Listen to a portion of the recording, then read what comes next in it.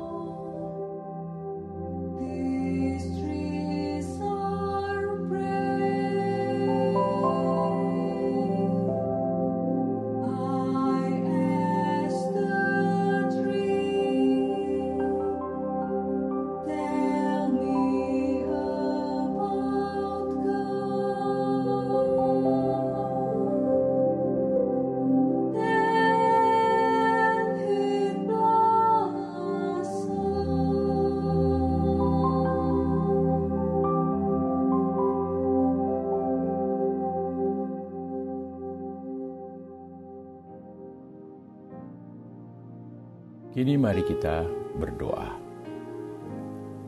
Ya Allah, kami hendak membaca Alkitab serta merefleksikan maknanya. Tolonglah kami untuk mengerti dan bersedia terus belajar, melakukan kehendak-Mu di dalam hidup kami setiap hari. Kami mohon dalam nama Yesus Kristus, Firman yang telah menjadi manusia. Amin. Kita akan membaca dari Kisah Para Rasul pasal 22 ayat 2 hingga ayat 16 atau ayat pertama hingga ayat 16. Paulus berbicara kepada orang Yahudi. Paulus memulai dengan kata-kata sebagai berikut. Hai saudara-saudara dan bapak-bapak, dengarkanlah apa yang hendak kukatakan kepadamu sebagai pembelaan diri. Ketika orang banyak itu mendengar, ia berbicara dalam bahasa Ibrani, makin tenanglah mereka. Paulus berkata, aku adalah orang Yahudi, lahir di Tarsus di tanah Kilikia, tetapi dibesarkan di kota ini, dididik dengan teliti di bawah pimpinan Gamaliel dalam hukum nenek moyang kita, sehingga aku menjadi seorang yang giat bekerja bagi Allah, sama seperti kamu semua pada waktu ini. Dan aku telah menganiaya pengikut-pengikut jalan Tuhan sampai mereka mati.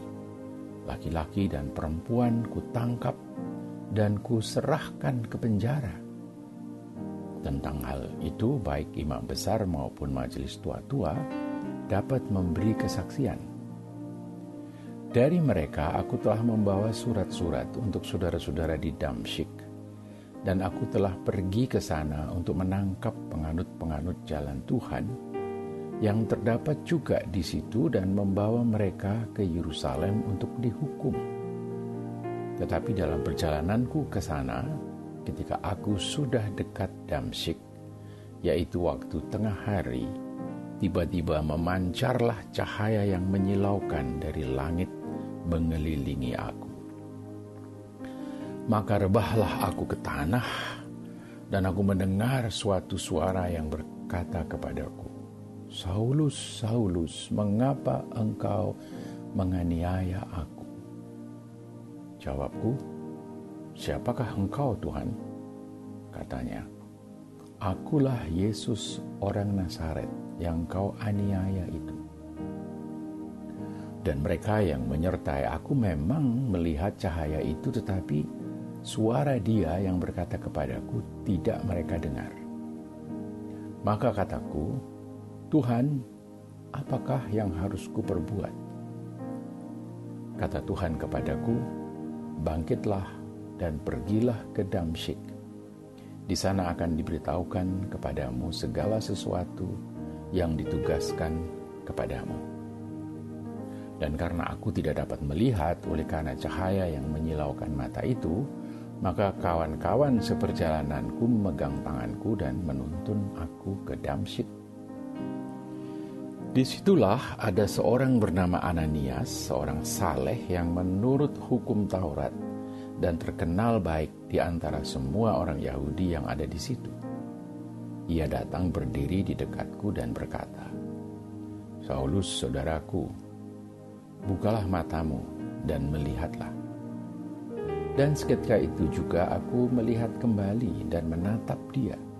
Lalu katanya, "Allah nenek moyang kita telah menetapkan engkau untuk mengetahui kehendak-Nya, untuk melihat yang benar, dan untuk mendengar suara yang keluar dari mulut-Nya. Sebab engkau harus menjadi saksinya terhadap semua orang tentang apa yang kau lihat dan kau dengar. Dan sekarang mengapa engkau harus ragu-ragu? Bangunlah, berilah dirimu dibaptis, dan dosa-dosamu disucikan, sambil berseru kepada nama Tuhan." Demikianlah sabda Tuhan untuk umat Tuhan. Nah, saudara-saudara sekalian, coba kita perhatikan biodata dan latar belakang Paulus. Asal-usul Paulus, dia orang Yahudi dari kota Tarsus di tanah Kilikia. Ia mampu berbahasa Ibrani dengan lancar, bahasa suku bangsanya, yaitu bahasa orang Yahudi pada masa itu. Dan saya kira di hadapan tokoh-tokoh Yahudi, tokoh-tokoh agama, dan majelis ulama Yahudi, dua hal pertama yang Paulus kemukakan ini menjadi sangat penting dan membuat Paulus tidak dipandang sebagai orang asing atau orang lain, tetapi orang yang dekat sekali dengan mereka.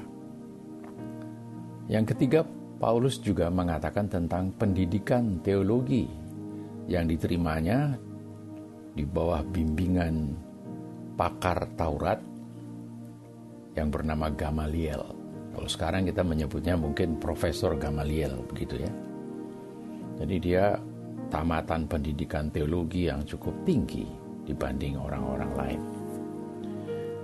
Yang keempat yang dikemukakan oleh Paulus juga adalah bahwa dia adalah warga negara Rom, warga negara Romawi karena kelahirannya. Dan karena itu ia juga lancar berbahasa Yunani, bahasa resmi dalam Kekaisaran Romawi, serta daerah-daerah jajahannya pada masa itu. Nah, saudara, kalau kita perhatikan keempat hal ini, maka kita bisa melihat bahwa kualifikasi Paulus memang luar biasa. Ia menguasai dua bahasa besar dengan lancar.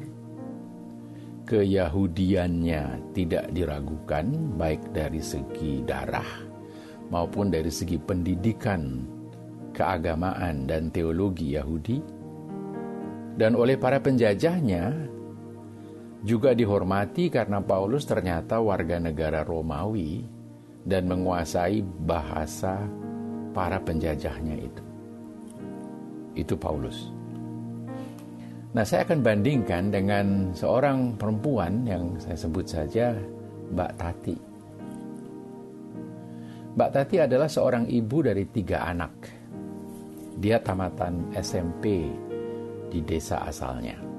Dia pindah ke kota dengan suaminya di sekitar tahun 80-an. Suaminya sempat bekerja sebagai koster, kemudian pindah bekerja ke sebuah assembling kendaraan bermotor. Keluarga ini lalu tinggal di pinggiran kota berdampingan dengan perumahan yang menjadi penampungan korban gusuran dari kota karena kawasan mereka akan dipergunakan untuk perluasan pelabuhan.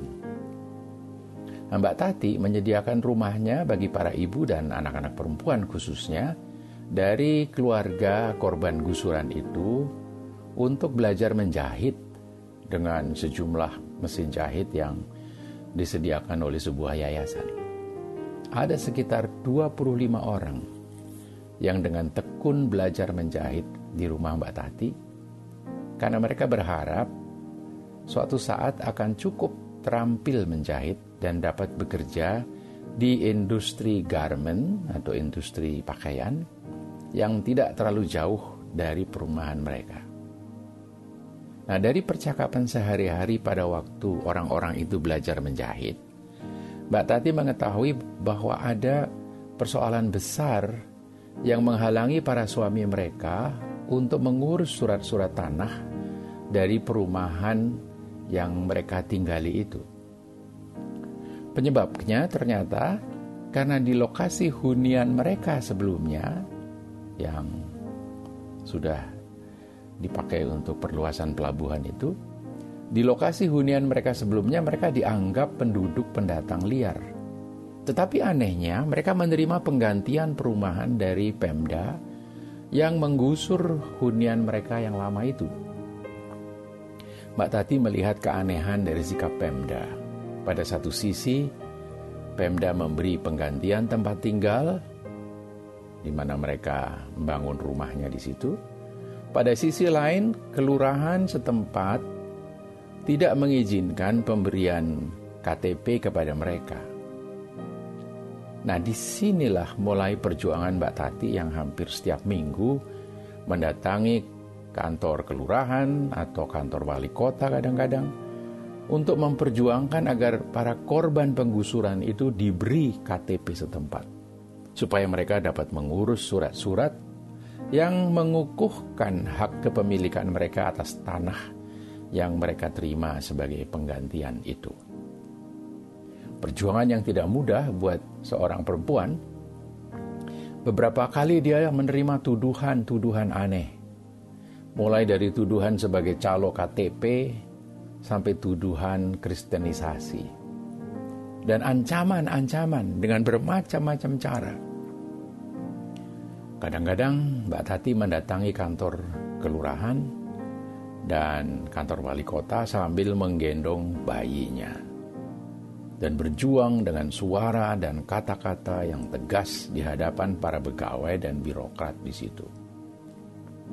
Mendesak mereka untuk menyelesaikan soal KTP itu. Mbak Tati perlu berjuang terus-menerus dengan tekun selama saya kira hampir 5 tahun.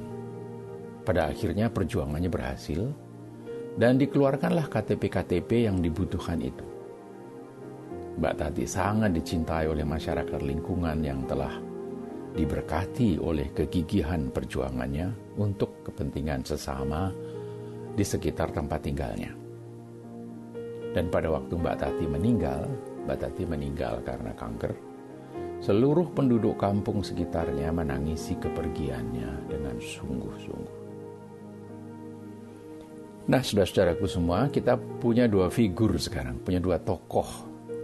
Anda semua dapat melihat bahwa Rasul Paulus adalah seorang yang unik. Tentu sukar mendapatkan orang dengan latar belakang yang hebat seperti beliau, berpendidikan tinggi, cerdas, berani, dan seorang Yahudi yang taat, namun juga warga negara Roma yang bermartabat secara politis.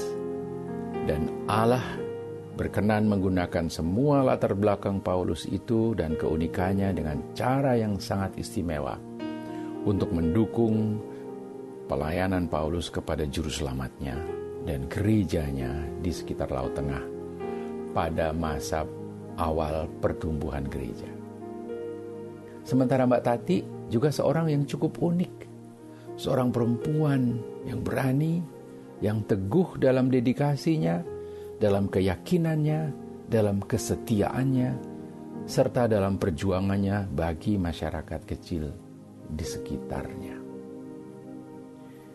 Sadarkah Anda bahwa Allah pun sebenarnya mengajak Anda untuk mempergunakan keunikan Anda masing-masing bagi hal-hal yang Dia kehendaki secara khusus guna mendatangkan kabar sukacita bagi orang-orang, bagi sesama Anda, dan untuk mendatangkan damai sejahtera Allah di lingkungan tempat Anda masing-masing berada.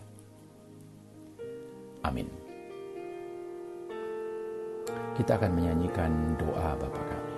Bapa kami yang di surga, dikuduskanlah nama-Mu,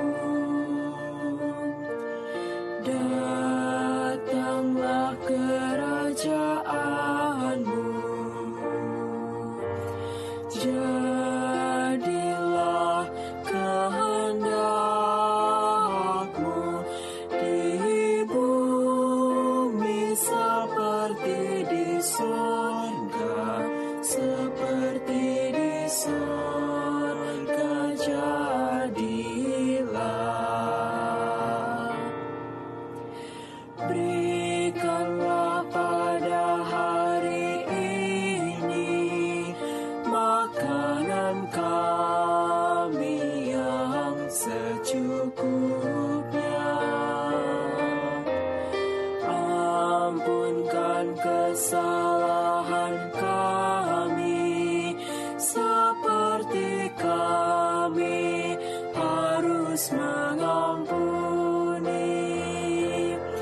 dan jangan bawa kami ke dalam pencobaan, lepaskan kami dari yang jahat, karena Engkau yang mempunyai kerajaan dan kuasa dan kemuliaan sampai selamanya.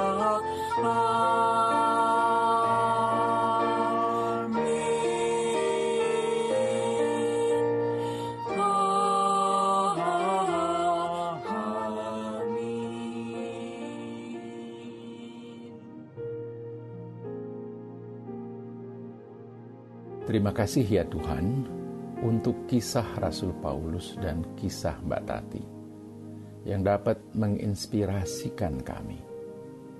Kisah dua orang yang berbeda dari tempat dan zaman yang berbeda, dengan latar belakang serta keunikan masing-masing yang telah Engkau pakai untuk membawa kabar sukacita serta damai sejahtera-Mu bagi orang-orang yang mereka jumpai atau orang-orang yang berada di sekitar mereka. Kami pun telah menerima keunikan kami masing-masing, dan kami pun mempunyai latar belakang kami masing-masing yang berbeda.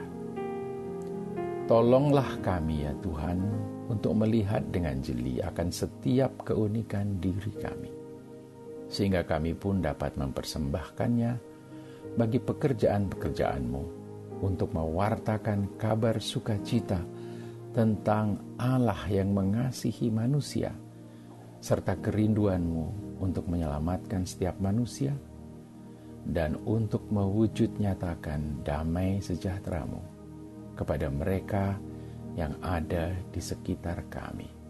sesuai dengan keunikan kami masing-masing. Dalam pengasihan-Mu kami mohon.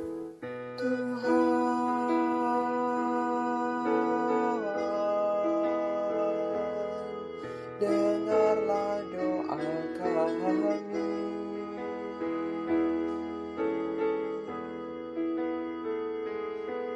Tuhan,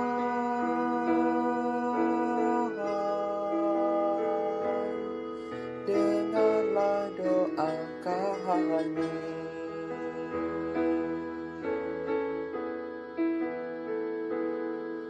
Tuhan,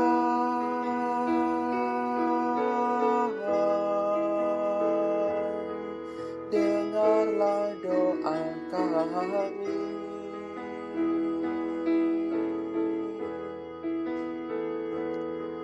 Tuhan,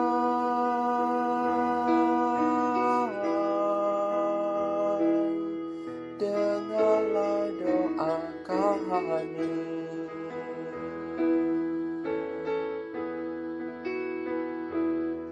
Tuhan,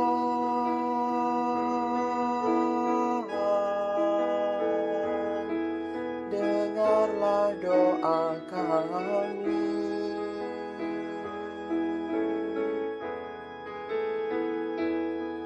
Tuhan,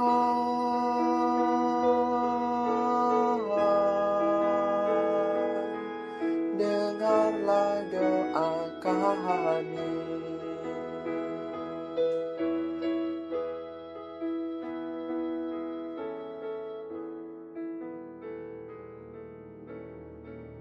Amin.